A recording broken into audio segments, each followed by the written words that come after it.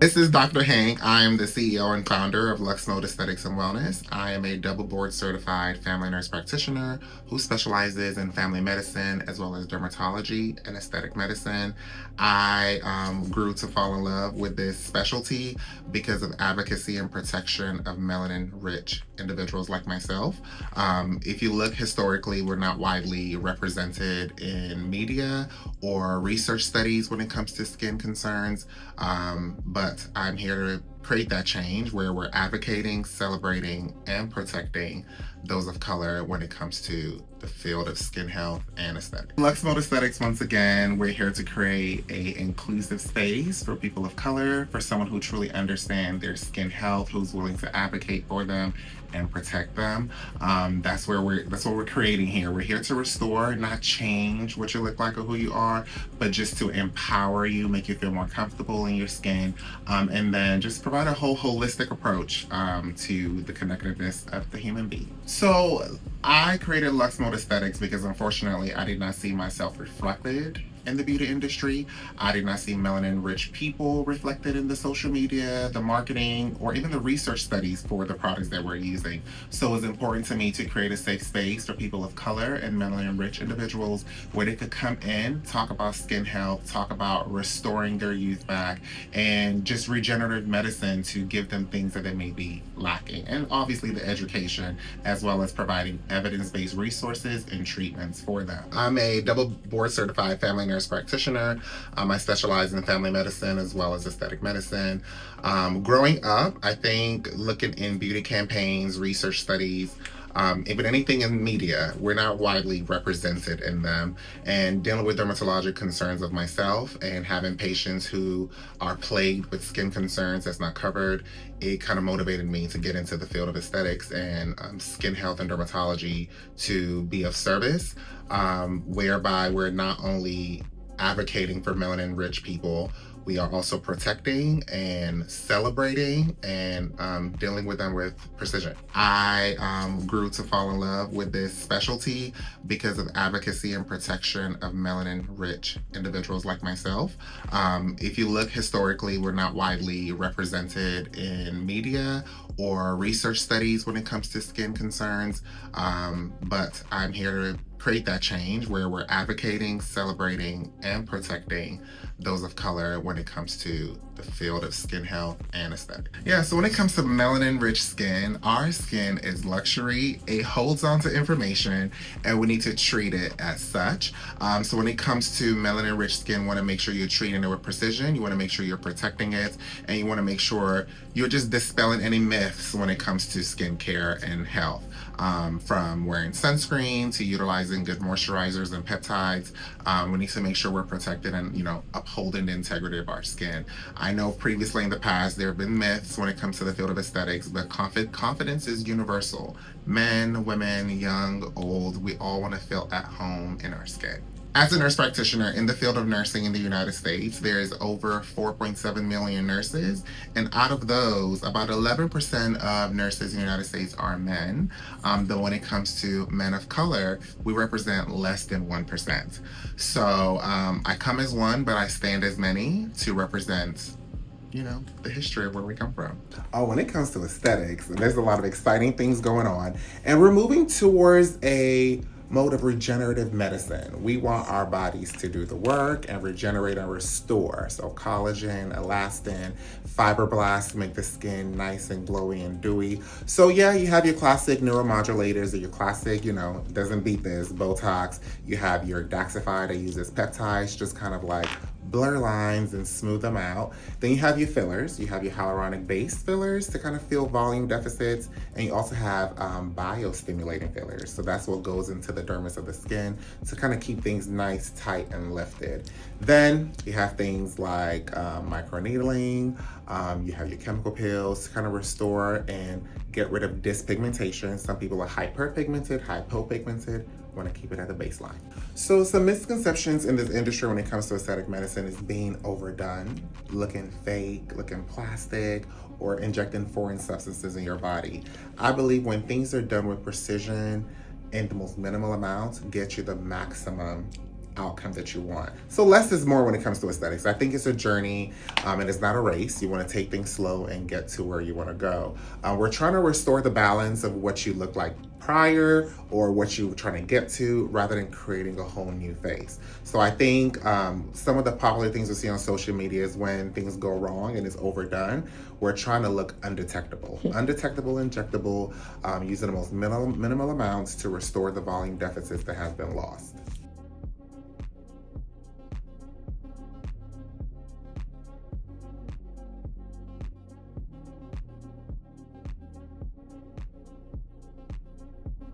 So facial balancing just became popular. It's really not a trend. I know it's a buzzword right now, but what is facial balancing? We have different features going on. We want to make sure everything is in proportion to each other and harmonized, right? So that's what the key basis of facial balancing is. If you, let's say, split your face into thirds from, here to your nose, your mid-face, from your mid-face to your lips, and then the lower face, you want to make sure, for instance, the cheekbones are well restored and balanced with the chin, different things like that. So when light hits you, it's hitting you in a uniform way and making you look pleasurable and not distorted, right? So that's what facial balancing is. It's not just treating different areas in isolation. So some people may want to come in and fix their lips, but you have to remember, as you're talking, your lips is moving in proportion to your chin. So those are little tiny things to consider. So yeah, that's what facial balancing is about. So with the aging process, as you know, when we get older, we lose collagen, we lose elastin, even our bone starts to resorb. So that's the whole ideal and the concept of injectables. So starting with, let's say, neuromodulators to kind of help reduce fine lines and wrinkles. When you raise your forehead, raise your eyebrows, the forehead, you have lines here as we age. Number one, you want to use good skincare to kind of help boost elastin and collagen, but you also want to use things like a neuromodulator like Botox or Daxify to kind of reduce that movement, to give you like a nice smooth appearance. So Botox could go anywhere in the upper face. Now these days could go in the lower face as well. We've seen that utilizing it strategically could give you like a nice neck lift and tighten your jawline. Filler, hey, filler's my girl, okay? You can have filler anywhere from the mid-face area to restore any volume deficits here. You can have filler in the lips, in the smile lines, your chin, your jawline, just to kind of give you a more harmonized and proportionate face.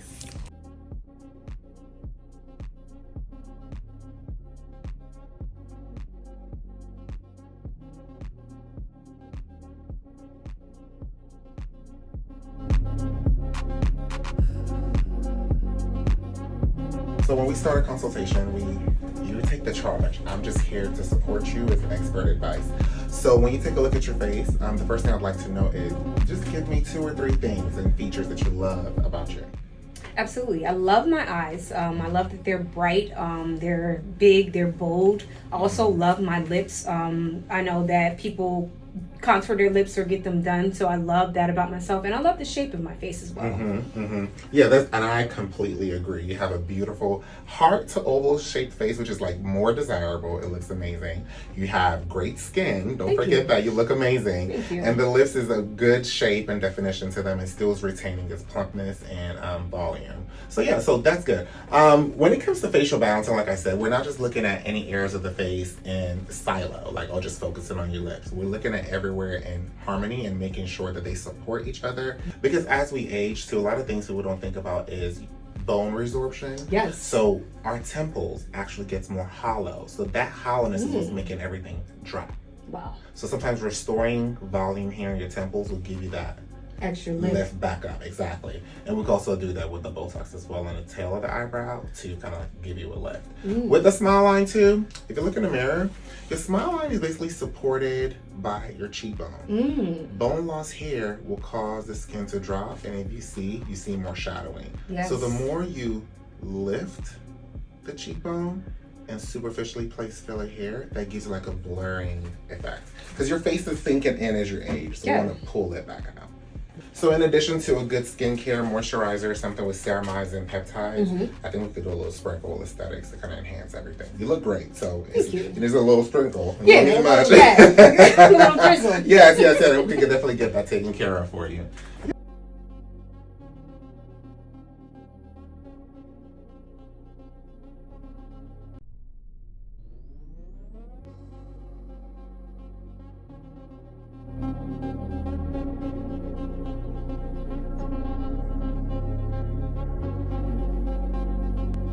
So when it comes to skin health, you can just think about it in the most simplest form as 4 different categories. So the first thing you want to do is cleanse your skin. You want to make sure you're cleansing it from the elements.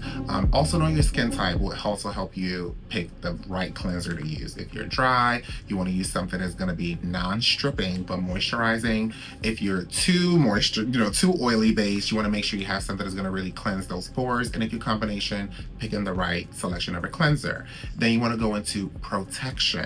You want to protect your skin with sunscreen, obviously, or sunblock, protecting yourself from the elements, not just chemically based using ointments, but also physical barriers, glasses to protect the eyes, hats to protect the face, and also things like vitamin C that protects you from the elements, pollution, and other environmental aggressors. Then you want to get into moisturizing. You want to make sure you're protecting your skin barrier. This is literally the protection of your internal organs, okay? You want to protect your skin with moisturizing and keep it in nice and nourished, and which is also going to lead into anti-aging with retinols and basically keeping your collagen and elastin rich, firm, and lifted. Filler migration has become a very huge buzzword on social media. I love my influencers, but you have to ask, like, what credentials do you have to say the statement you're saying, or are you saying it for clickbait and views? So yes, filler migration does happen. Filler does move. However, it will move when it's placed incorrectly. So as you know, filler is not a one-size-fits-all approach. They have different classes of filler with different, I'll say, characteristics. Some are more firm to mimic bone. Some are more soft to mimic lips and smile lines. So they move with you when you express. So filler migration does occur where you put the wrong product in the wrong area. We have 5 layers of tissue on our face, from bone to fascia to muscle to deep and superficial fat pads. You have to put the fill in the right layer to mimic and volumize the areas you want to volumize. As you know, Lux Mode Aesthetics is the only Black male-owned med spa in the DMV area. I take pride in that, and I'm thankful for all the support that I have received so far. My goal in the future is to continue to grow, continue to bring in evidence-based treatments to my practice and expand my services, as well as giving back to the community and my colleagues as well, providing Lux Mode Academy, where we'll provide shadow experiences and education, as well as training as well, and continue to just grow.